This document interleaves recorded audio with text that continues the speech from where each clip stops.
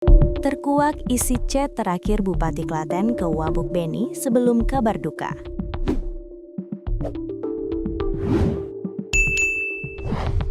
Bupati Klaten, Hamenang Wajar Ismoyo, mengaku terpukul saat mendengar kabar meninggalnya Wakil Bupati Klaten, Beni Indra Ardianto.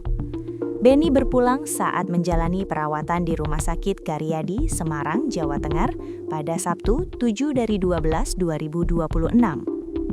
Hamenang menyebut komunikasi terakhirnya dengan Beni terjadi sehari sebelum kabar duka itu datang. Ia mengirim pesan WhatsApp tepatnya pada Jumat 6/12/2026 malam. Menurut Hamenang, pesan darinya biasanya dengan cepat dibalas oleh Beni. Namun, ia baru mendapat balasan pada keesokan paginya dari istri almarhum.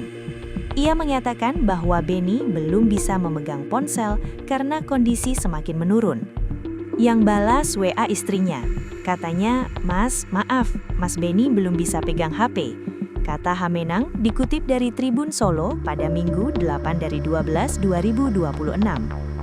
Tak lama setelah mendapat balasan itu, Hamenang mendapat kabar meninggalnya sang wakil.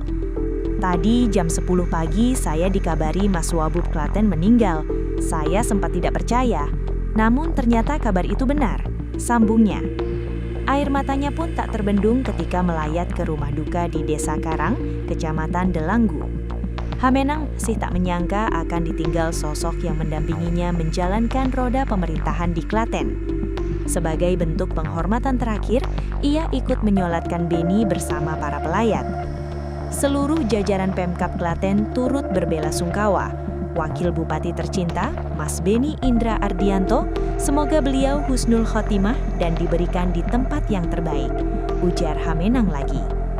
Sebagai informasi, Beni Indra Ardianto merupakan kader Partai Gerindra.